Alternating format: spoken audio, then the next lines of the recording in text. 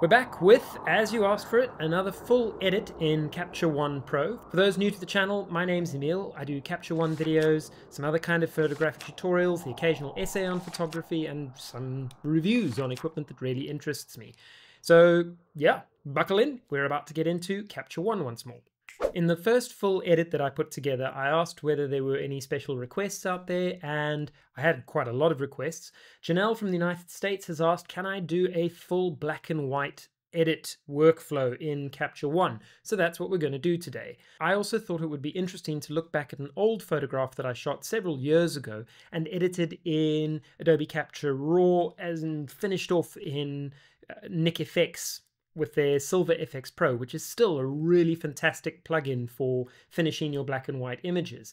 I thought it would be interesting to go back to a photograph that was particularly successful for me and see what it would look like if I edited it in full in Capture One. So as we did with the first full edit video, which I'm going to link in the little block up in the top left-hand corner at the moment, we're going to go through and do a image assessment first. So here is a photograph of a group of quiver trees, so I suppose also staying in tune with the same theme as last week, with the sky scudding past in the background. Now when I saw it initially, I thought of this as going into a black and white photograph. The image was shot with a 6-stop neutral density filter. I had it on f22 for the simple fact that I didn't have a 10-stop filter with me. Otherwise, I would have used an f16 or f14 aperture in order to minimize any diffraction limitation that might have occurred. And it is at 19 millimeters on a 18 to 35 millimeter autofocus Nikon lens on an old Nikon D3X camera. Okay, that's the technical bump out of the way. So let's look at this from a annotation point of view. First off, we are going to be turning this into black and white. What I want to do is potentially darken up my edges over here. Wherever you see this kind of gray light, I'm going to try and bring this so that it's darker, so that you have these streaks coming out away from the sky itself. This area here is probably a little bit lighter, so I might have to darken and add contrast in this little section. The rocks in the foreground, at the moment there isn't all that much contrast inside there. So what I would like to do with these rocks is potentially brighten them up a little bit. So we're going to take all of these rocks and we're going to darken and add contrast, as well as bring out some of these little bits of light in the tree, in the grass as well, so that you have just more contrast and detail coming out inside the foreground rocks. The trees themselves, as I said, I want to have this feeling of almost like skeletons rising up from the ground, reaching out towards the sky. What I will probably do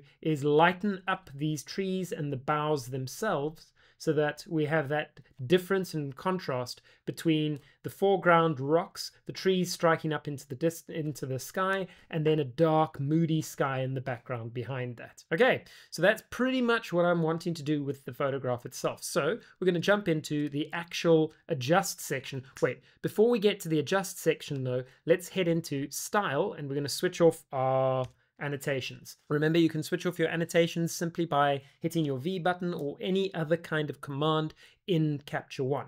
Let's start off with the ICC profile. I have it set to Nikon Generic V2. I prefer using Pro Standard simply because it gives me more color. Now, if I'm working in black and white, having more color tones and hues is actually going to help me when I convert and I turn that into shades of gray as opposed to color itself. Then I'm going to choose probably Film Standard V2, but I'm looking for something that gives me lots of details. So essentially, I could go somewhere between Film Standard or Film Standard V2. I'll stick with V2 because it has slightly less contrast, and I want that detail that I will build contrast into at a later stage. Heading from there, we're then going to go into our adjust section. When you're working with any kind of image, whether it is color grading or if you're going to be converting it into black and white, you want to make sure that you're starting with a good solid exposure on your image. This means that you've figured out where your whites are, you've figured out where your blacks are, and you've got a good range of tones from pure black to pure white. So I'm going to start by going through to my levels tool, and already you can see that I'm actually already pretty close into that image already. So I'm just going to tweak my black level a little bit, and the white might just stay where it is. And I can take my gamma slider and I've just tweaked it a little bit to bring out some of that detail again. Not much, I don't have to do much. What I'm now going to do is head down to my black and white tab. And all I do is I hit enable black and white, and you'll end up with essentially a grayscale image. The difference between doing this and simply taking your saturation slider and sliding it to the left-hand side and turning it black and white is that this also gives you access to color controls where you can lighten or darken colors themselves. As with many things with Capture One or Photoshop or any of those editors that you're likely to use, there are a myriad number of ways to be able to make these changes. I'm going to use the enable black and white button over here because I find it's quite useful. Importantly, what we wanted to do was darken the sky, which, if I disable this, you'll see is blue. And in the foreground, this is yellows and oranges that are in the rocks themselves. So let's go back and enable black and white. And I want to darken my blues. And you'll see how my sky suddenly gets a lot moodier and black almost in the background. There we go, right? The foreground kind of mixes into this though, so we still need to lighten that up. So I'll take my yellows and I'll push that across along with my reds. The reds and the yellows are going to bring out just a little bit more detail inside these rocks and in the trees themselves. You can always see what the other colors are doing, although for the most part they are not really affecting the image. So essentially what we've done is we've darkened the blue sky just a smidgen, and we've opened up our reds and our yellows a little bit.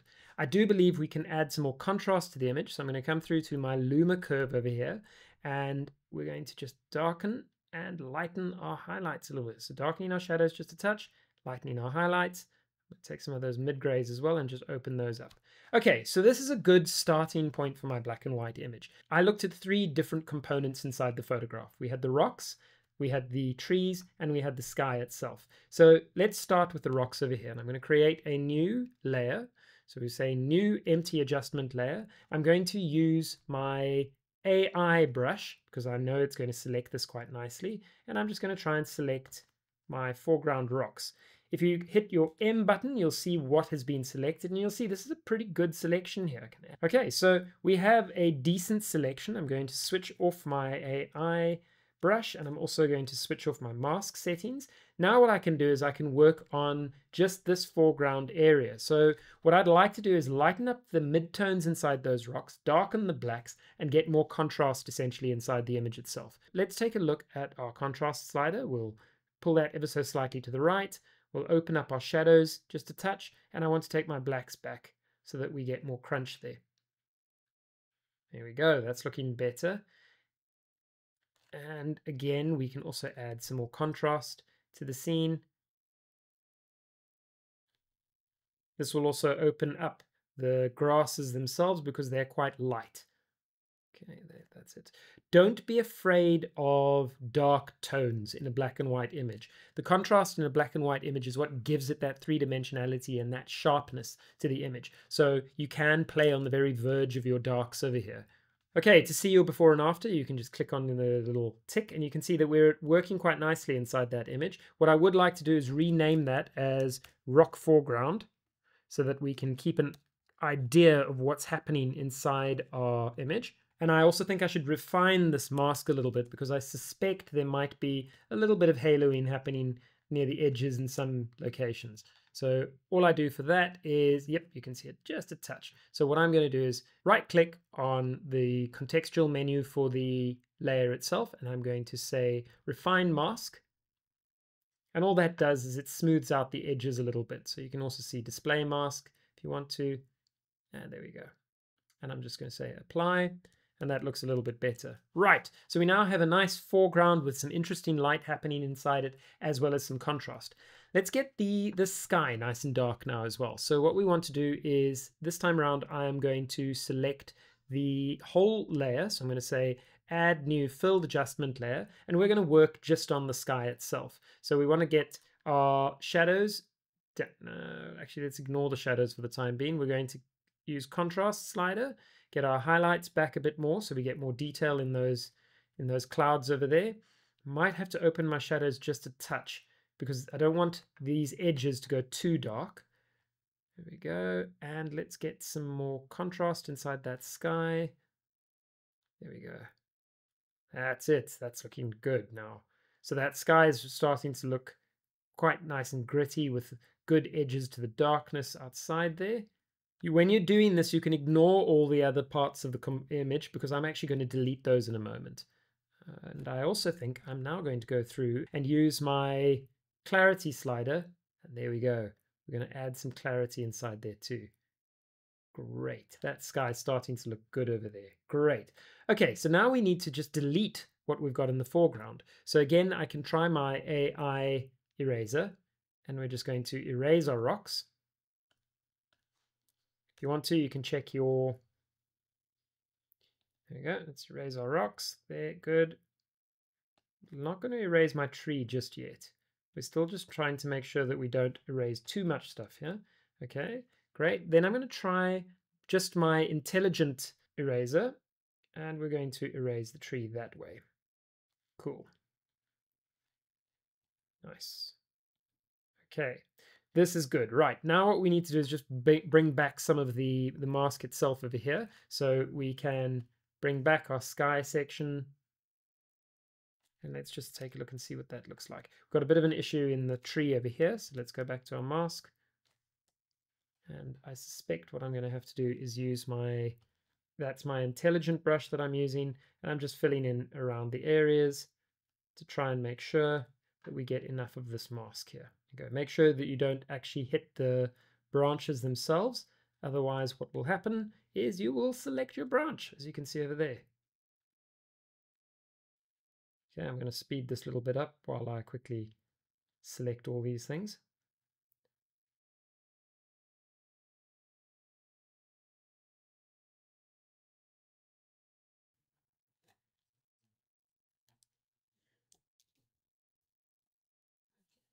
Okay, so once you've got your mask in place and it looks quite nice, what we'll do is check and make sure that everything's all right. And that's looking much, much better. Okay, so we can also do the same thing again and refine this. So we'll go through and we'll say refine mask. And you can display your mask to see what's happening inside there. And we'll just refine that down a little bit. There we go. So we now have a mask for our sky. I'm going to just rename that layer sky. Let's just take a look at the sky itself. There, nice. So we're adding some detail to the sky and that's looking good. What has also happened is I've noticed, haha, so I've got a really dirty sensor over here with lots of these little spots. In the days of not using Capture One, it would take me an age to be able to clean this. But now all I need to do is head back to my image layer, go through to refine. I'm going to go to dust removal and say remove dust. And it automatically picks up all those spots, which is amazing, absolutely fantastic. So those spots have now disappeared and I can get on with my image again. The other thing I should probably think about is the fact that this was a D3X and it was an older sensor and it was a long exposure. So I should also go through to my noise reduction and just make sure that my single pixel is pulled over to the right-hand side. And that's just going to remove any hot pixels that might have occurred inside the image itself. Okay, so let's get back to the image, and now we're dealing with the tree itself. So what we want to do is select the trees and get that brightness up inside the trees themselves. So I'm going to go through and create a new layer. So I'll say adjust, and I'm going to create a new layer. We might as well rename it immediately trees, and I will use my intelligent brush, and we're going to quickly see if we can select them. If you want to see what it's selecting, remember to switch on your mask, and we're just going to try and select our tree this way. What I can always do is come and refine my mask, which is in fact what I think I'm going to have to do now. So there we go. I'm just going to keep selecting my tree here. Oop, that's too much. So I don't want to include sky. There we go. That's nice. Okay, it doesn't have to select everything, just enough that we know we've got enough of that tree around. I'm then going to use my standard eraser tool, and we're just going to get rid of all this rock because we don't actually want to use the rock. We are selecting, oopsie, let's keep those trees in the background there. We're just selecting the trees themselves. Now, if I could actually use my color selection tool as well to find this. Could have gone into without the black and white layer enabled, I could go in and select just the color range that is around yellow, orange for the trees themselves, and I could also use that to make a mask, but this is also doing the same thing effectively. So there we go, there is my mask. It's looking pretty good. I can tweak it a little bit over here and at the bottom, right? If you'd like to, once more, we can always refine it. So we'd say right click on the contextual menu for the trees layer, and we go through to refine mask. That looks pretty good. So we'll say apply. I do think there's a little too much selected at the bottom there, so we're going to take that away. Now that we have our tree in place, I'm going to switch off my mask and we can start playing with it in the adjust section. So I can go through to my Luma curve and we can lighten that up. And we want to add contrast because remember, contrast adds detail to the image, or perceived detail at any rate. So the darks don't need to be light. We want our lights to be light, but everything to be in a range. So I'm just playing with my contrast curve to make sure that that looks good. We can check it before and after, and you can see how it now, there's an almost luminosity now to the trees as they emerge from the rock. To add more detail, I can go through to my clarity sliders, which is right at the bottom here, and rather than adding a lot of clarity, I can go to my structure. Just add a touch of structure and a little bit of clarity, and that'll also bring out more sharpness in the photograph itself as well. Okay, last kind of look around the image. I'm worried about the sky here because it appears like that's gotten a bit dull and gray. So what I would like to do is just grab a new layer. So I'll say a new layer, sky correction we'll call it. And what I want to do is brush in this area. Well, first let's just make the change itself. So I'm going to invert this mask by going right click, invert mask, and you'll see this means that everything is selected. And then let's just tweak the image until we're happy with this section here with the lights. So we can bring that back nice and dark there. I'm going to get some more darkness inside there. A little bit there.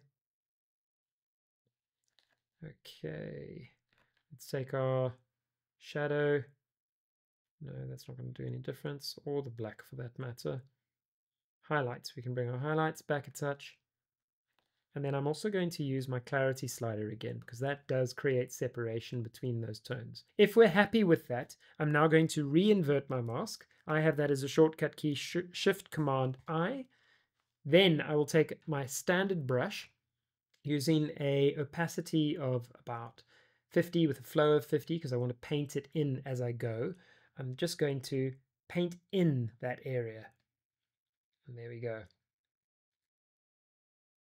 So essentially it's like dodging and burning. There we go. That's better. Right.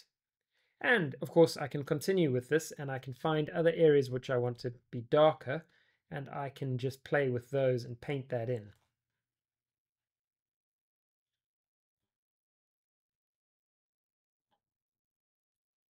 That's too dark over here actually. So what we're going to do is erase that from there. Just standard eraser. And I'd like to we need more balance on this side. So possibly we can darken the whole area. So I'll grab another layer over here. Right hand vignette. So essentially we're building a vignette in here. This time around, all I'm going to do is take my exposure down a little bit, use my brush, and let's darken there. That's it, that's better. If you find that that is too much, all you do is you take your opacity slider for that layer and pull it back until you are happy. There we go. Final touches, I can go through and just hit my image layer, go through to refine, zoom all the way in. I preferred going in really tight so that we can see what we're doing with the detail, and we can just do a final bit of sharpening to the image itself. So radius will go straight down, threshold and halo suppression up a touch. And you want to just get a little bit of extra sharpness to the image itself. So this is the edit that I think I'm happy with at the moment with this particular photograph. Now, this is how I've worked on the image now. How did I do it 10 years ago when I used this photograph and made an art print out of it, as well as got it into the International Landscape Photographer of the Year? Here's the original version. You can see I probably have a little bit more tonality maybe in the... If I compare the two images next to each other, let's see what differences they've come out as. I think my original processing of the image has made it look somewhat more infrared-like. The rocks are definitely lighter. I'm not entirely sure which one I prefer, but seeing the two together, I do feel like I could use more basic contrast on my new version. So what I'm going to do is head back into my editor, and we're going to do a final tweak on top just with our image. So I've created a new full layer, and we can then simply use our clarity slider. So we'll go to adjust, and I think if I just use my clarity slider, I'll probably get back, yeah, that's it, just a little bit, and possibly take our levels and just make sure that we've got a pure black and a pure white inside the image. There we go. And that, I believe, is my final edit for this particular version of the photograph. Just to show you what it looks like if you spend a little bit more time, and I have gone back into the image and I've tweaked a little bit more with the branches, but that takes time. This is the result that I got, again, doing nothing other than Capture One.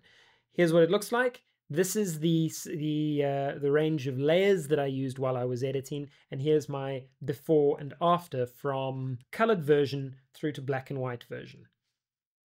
Okay, so I kind of ran through that fairly quickly. You can always replay it at 75% speed. Which version of these two black and white photographs do you prefer? Remember as well that you can also finish the image in another editor like Silver FX Pro, which is what I did the previous time. I'm quite happy with how far I got just with this in a few minutes in Capture One. It kind of negates the need for plugins if you can do this much inside Capture One itself. Cool, I really hope you liked that. Again, throw some suggestions my way if you liked this and you want to see some more full edit tutorials on Capture One, or at least blow-by-blow accounts on how to edit a photograph in Capture One.